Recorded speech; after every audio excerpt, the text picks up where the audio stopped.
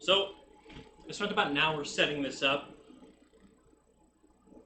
and it's still not going to be great. If the audio or video sucks or whatever, I apologize, but we're just getting it done. So, today, I wanted to share basically a particular beer that I think is quite approachable. I'm going to move into proper position here. There we go. Now everything looks great. So what I want to do is I want to do a series of videos that are going to expose people to beers, because what I hear very often is people saying, I don't like beer. And what they need to understand is what they're actually saying is, I don't like boring lagers.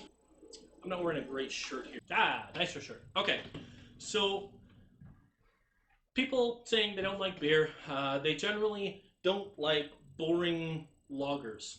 That beer taste that you get at the end of it, and it's something you can get used to, and obviously people do, but it doesn't exist in all beers. So what I wanted to do is, to start this off, is I wanted to pick a particularly popular, both a very different style of beer, as well as something that's rather approachable. Also, something I just happen to have in my fridge. So today we're going to go take a look at Belgian Moon. Canada is the only place that Belgian Moon is called Belgian Moon. Anywhere else, it's called Blue Moon.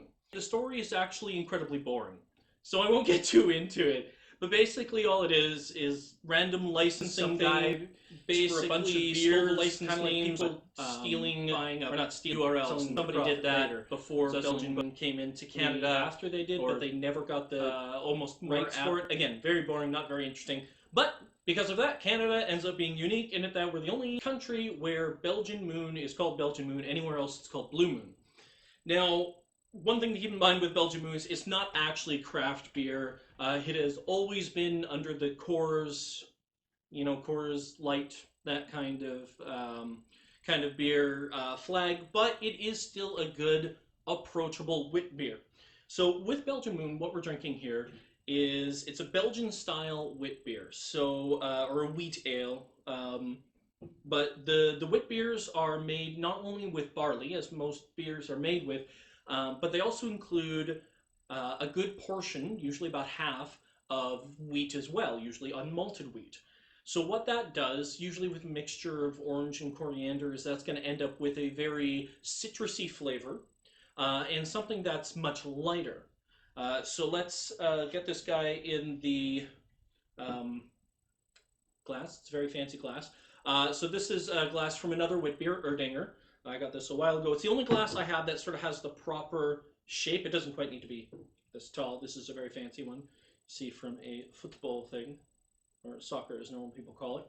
Yeah, this is the kind of glass profile that you want for this. Again, it doesn't have to be this extreme, but you get the idea.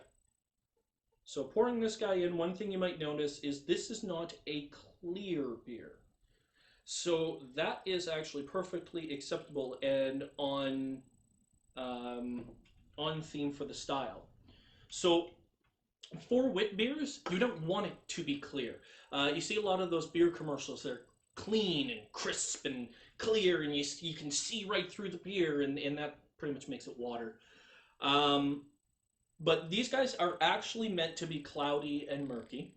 That is perfectly acceptable. In fact, it is desirable for this style of beer. Now, this style of beer, as you see, I have no food in front of me, because generally it's paired with lighter fare food, fish tacos, things like that. I don't happen to have anything like that on hand, but I promise I'm going to eat something with this at some point. I'll figure out what it is. So if we just go for it for the Belgian Moon. So again, very light beer. Belgian Moon it's a good beer. It is sort of one of those by numbers kinds of beers, so it's not anything that's going to blow anyone away who has a lot of experience drinking beers, but it's really good. You don't get that, the pucker that you might notice when you're drinking lagers. So if you're someone who says, I don't like beers, this is definitely something worth trying. Very citrusy, lots of orange.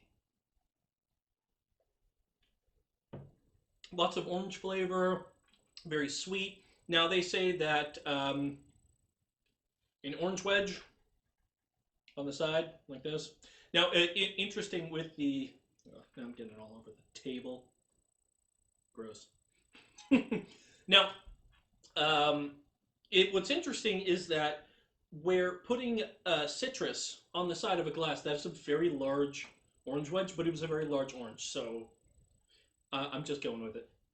Um, putting the citrus on the side. Actually, you didn't. It originated in Mexico, and it didn't have anything to do with adding the citrus to the drink. But doing this would actually keep bugs away from the drink.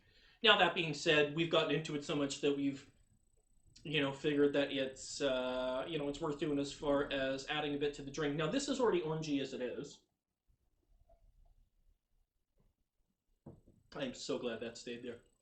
But what I can do to sort of add to it, and even the brewer says to do this, and the reason is it adds to the orange flavor. Now, there are actually styles of beers that are actually very popular and easy to find these days. I'm just going to put this over here, called Radlers, that are essentially what we just did.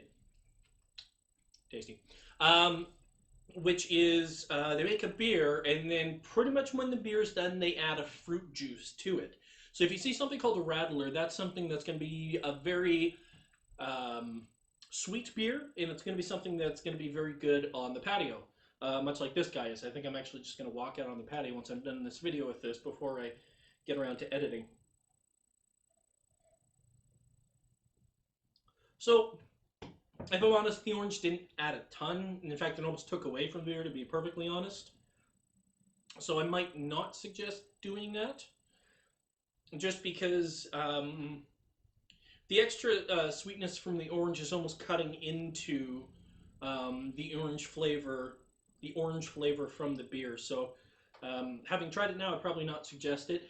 That being said, Belgian Moon, and you can find it very easily. Pretty much every LC is going to have it, usually cold. And it's just going to be a super tasty beer, especially on a hot day like today. It's 31 degrees out.